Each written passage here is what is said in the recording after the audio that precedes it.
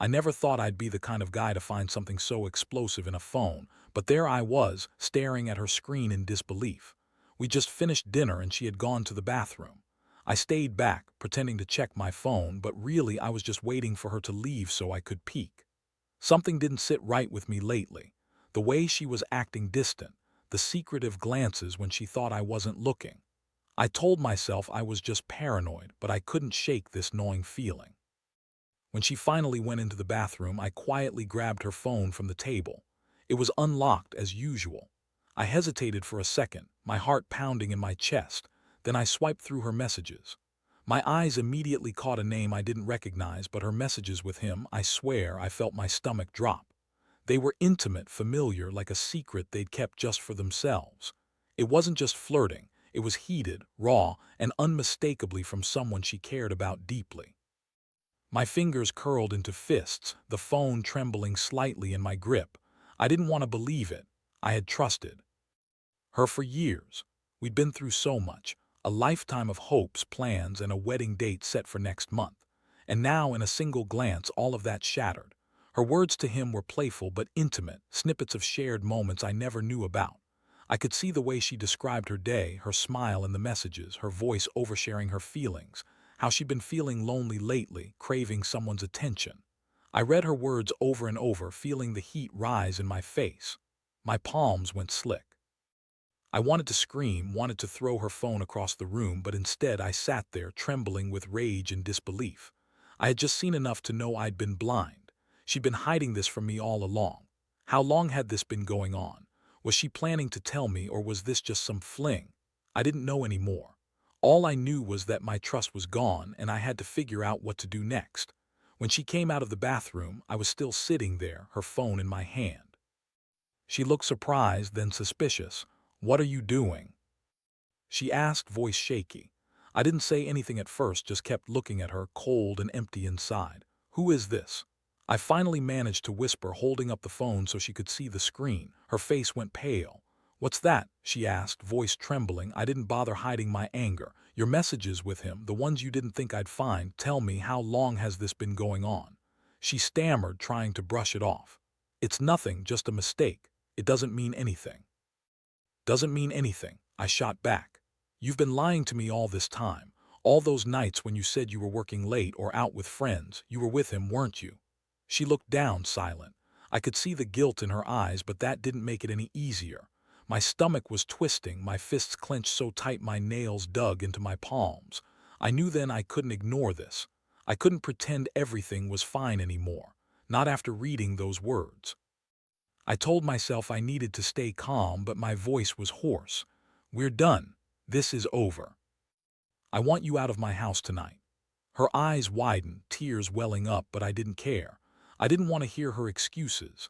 I'd been betrayed in the worst way, and I wasn't going to let her manipulate her way out of this.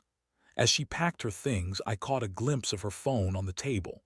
Part of me wanted to smash it, destroy every trace of her lies. But instead, I just sat there, feeling numb. My stomach was still churning, and all I wanted was to get away from her, to start figuring out how I was going to fix this mess. I knew this was just the beginning. The worst was yet to come.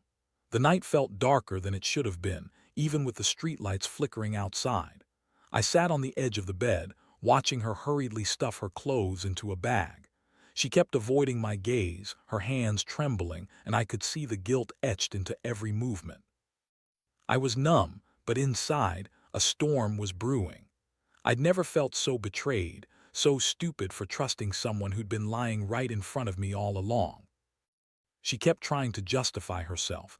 "It wasn't supposed to go this far," she whispered, as if that made it better. "I didn't mean for you to find out like this." Her voice cracked. I didn't want to hear her excuses. I already knew I'd been played. "You think I'm stupid?" I shot back, voice low and cold. "All those nights I stayed up worrying, wondering where you were, and you were with him, just days before our wedding." I felt my jaw tighten, my fists clenched so tight my knuckles ached. "You didn't think I deserved the truth, that I wouldn't find out." She looked at me, tears streaming down her face now. "I was lonely. I didn't plan for it to go this far. Please," she begged, "don't do something you'll regret." I forced myself to breathe through the fury. "Regret?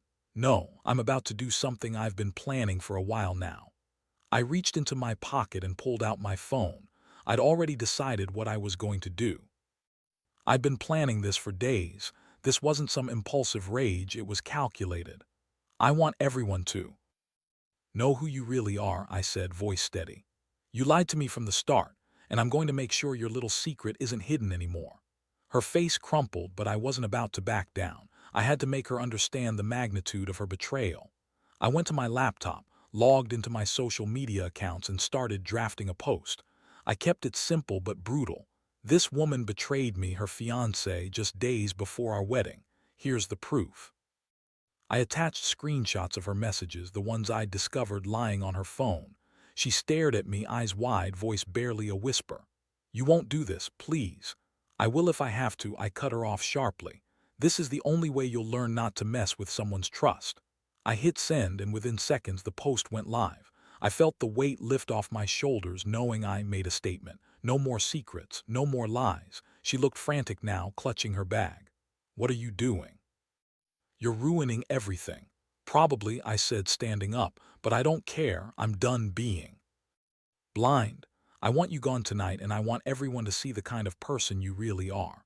My voice was firm, final. She begged, pleaded, tried to convince me to delete the post, but I made my decision. I handed her her keys and told her to leave. As she stormed out, I felt a strange mix of anger and relief. The first blow had been struck, but I knew this wasn't over. The fallout was only just beginning.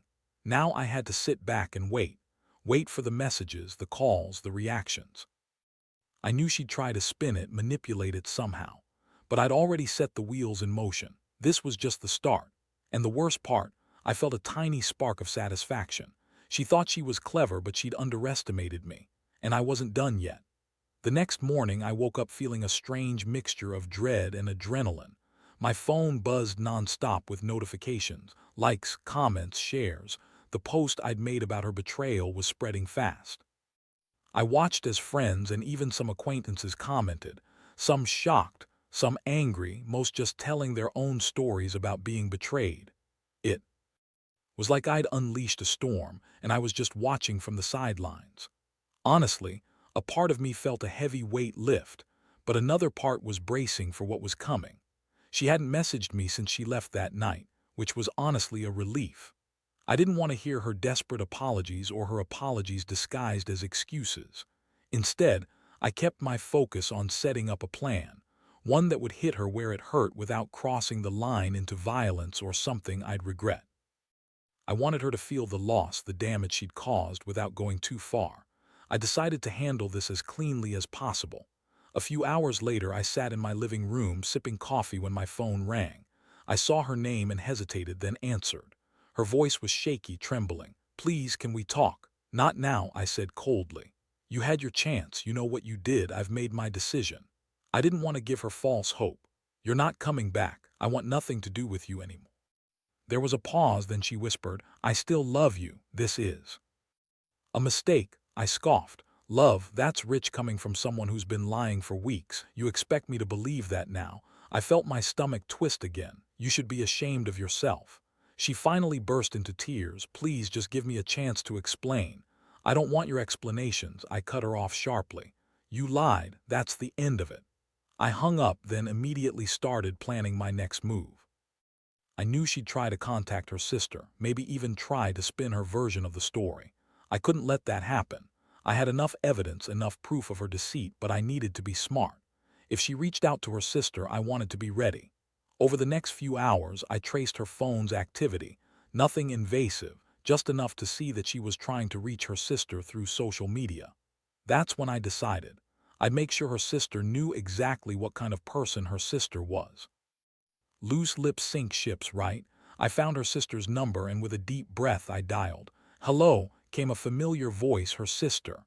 Hi, this is my name. I think you should know what's really going on. I kept my voice even. Your sister, she's been cheating, lying, and I have proof. I thought you should hear it from me before she manipulates you into thinking otherwise. There was a silence, then a shaky voice. Are you serious? I had no idea. What are you talking about? I explained everything about the messages, her lies, her betrayal.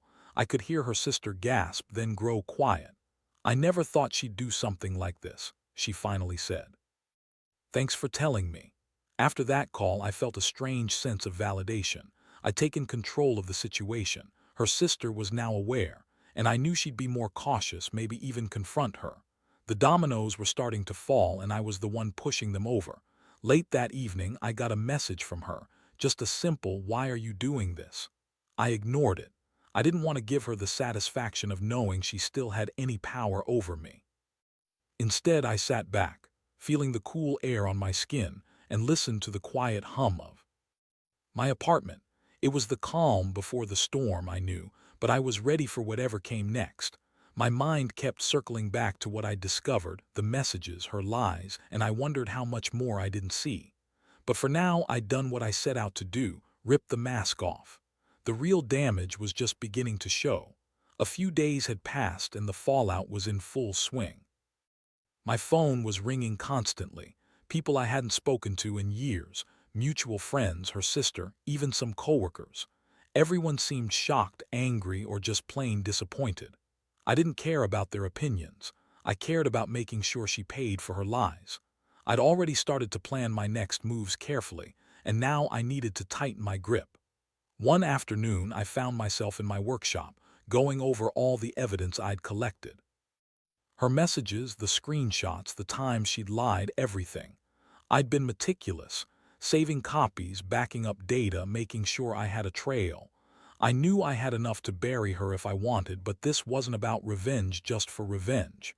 It was about sending a clear message. You don't mess with someone's trust and get away with it. That's when I decided to make the final move, the one that would hit her where it hurt most. I wasn't going to post anything else openly, no public accusations. Instead, I'd use her own secrets against her. I reached out to a friend of mine, someone who knew how to handle these things discreetly. We set up an anonymous email account and crafted a letter, one that detailed her betrayal, her lies, and her manipulative attempts to cover it all up. I typed it carefully, making sure it was cold and precise. I included snippets of her messages, her evasions, the times she'd lied to me. Then I hit send, making sure it was routed to her sister, her friends, and her coworkers. I wanted her to feel exposed, vulnerable, like her whole life was about to unravel. This wasn't about petty revenge anymore. It was about making her regret every second she'd ever lied to me. Within hours, I started getting responses. Her sister called, furious and betrayed. "I can't believe she did this," she said, voice trembling. "You've done the right thing, but I don't know how she's going to spin this." I kept my tone neutral. "She's good at lying, just wait until everyone else hears the truth." That night she finally reached out again, texting, "Please, I didn't mean for it to get this far, can we talk?" I stared at the message, then typed back, "There's nothing left to say. You lied to me from the start and now everyone knows. The mask is off and you're just another cheat who thought she could get away with it. I hope it was worth it." Her reply was silent. I knew she'd be trying to save face, spin stories, maybe even try to manipulate her way out of this mess. But I had her cornered. I'd made sure of that. In the days that followed, I kept my distance. I focused on rebuilding my life, but I also stayed alert. I knew she'd try to come back, try to worm her way into my head. I didn't trust her anymore. Not even a little. Every time I saw her face in my mind, I felt a rush of anger mixed with relief. I'd finally taken control of the situation, and I wasn't about to let her undo all of it. One evening, I got a final message from her, that desperate, trembling plea, "Please, I'm sorry, I'll do anything, just don't ruin me." I stared at it for a long moment, then typed my reply, "You ruined yourself the day you lied. I'm done. Here's the key to the apartment. You can return it tomorrow. I want no part of you anymore." I clicked send and then reached for the small box where I kept the keys. As I handed them over to her at the door, I felt a strange sense of closure. It was finally over. I never wanted to see her face again. The pain, the betrayal, it was all too much. But I'd learned something important. Trust isn't given, it's earned, and in her case, she'd lost it all. Walking away from her that night, I realized that sometimes the best revenge is simply walking away with your dignity intact. And that's exactly what I'd done. The days after she left were the quietest I felt in a long time. No more constant buzzing of messages, no more pretending to be okay around friends. Just silence. It was oddly peaceful, like the Storm had finally settled, leaving behind this heavy, hollow calm. I spent some time cleaning up the apartment, dismantling the reminder of her, packing away photos, erasing her access to my life. It was a ritual of reclaiming myself piece by piece, but I knew better than to think the chaos was truly over. I'd set a trap and I was waiting for the fallout. The truth had spread, her secret was out, and I figured she'd try to crawl back or spin her version of events. I wasn't about to let her manipulate me again. I'd planned a final step that would make sure she understood she'd lost more than just me. She'd lost her credibility with everyone who mattered. One evening, I received an unexpected knock. I opened the door and saw her standing there, eyes red and pleading. Her face looked exhausted, like she'd been running from her own conscience. "I need to talk," she said softly, voice trembling. "Please, just a few minutes." I looked her over, feeling a strange mixture of pity and disdain. "You had your chance," I replied, crossing my arms. "I'm not interested in hearing any more lies." She took a step closer, voice cracking. "I want to make this right. I know I screwed up, but I love you. Maybe it's too late, but I want to try again, please." I felt my stomach tighten and I clenched my jaw. "You don't get to say that after everything you did. After all the lies, the betrayal, how do you even sleep at night?" She looked away, tears pooling again. "I didn't mean for it to go this far. I was stupid and I was scared. I thought I could handle it, but I was wrong. Just give me one more chance. I'll prove I can change." I shook my head, feeling the cold seep into my bones. "Your words mean nothing now. You had your chance and you threw it away. I already made my decision." I pointed to the box on the table. "Here's the key. Take your things and leave." Her shoulders sagged, but she didn't push back. She reached into her purse and pulled out a folded envelope. "Please, just, this is everything I want to say." I hesitated, then took it. She turned and slowly walked away, her steps heavy. As she disappeared, down the hall, I opened the letter. It was a jumble of apologies, regret, and desperate declarations. But I could see through it. She was trying to save herself, not us. I sat down, feeling the weight of it all. I'd done everything I could to end this on my terms. The truth was out. Her reputation was shredded, and I had finally taken back control. No more games, no more secrets, just me, standing tall, knowing I made the right choice. That night I took a deep breath and finally allowed myself a moment to breathe. I looked around the apartment, the empty space where she once was, and felt a strange sense of relief. It was over. I'd faced the storm and I'd come out stronger. From now on, I was rebuilding not just my home but my peace of mind. Trust was a fragile thing and I'd learned it the hard way. But one thing was clear: I wouldn't let anyone shatter me again. That was the real victory. Weeks passed, and the silence settled into my life like a long, cold winter. I kept busy working, catching up with friends, slowly piecing myself back together. But there was always that lingering feeling, like an open wound that hadn't quite healed. Every now and then, I'd catch myself replaying the moments, the betrayal, her desperation, the sick feeling in my stomach when I found her messages.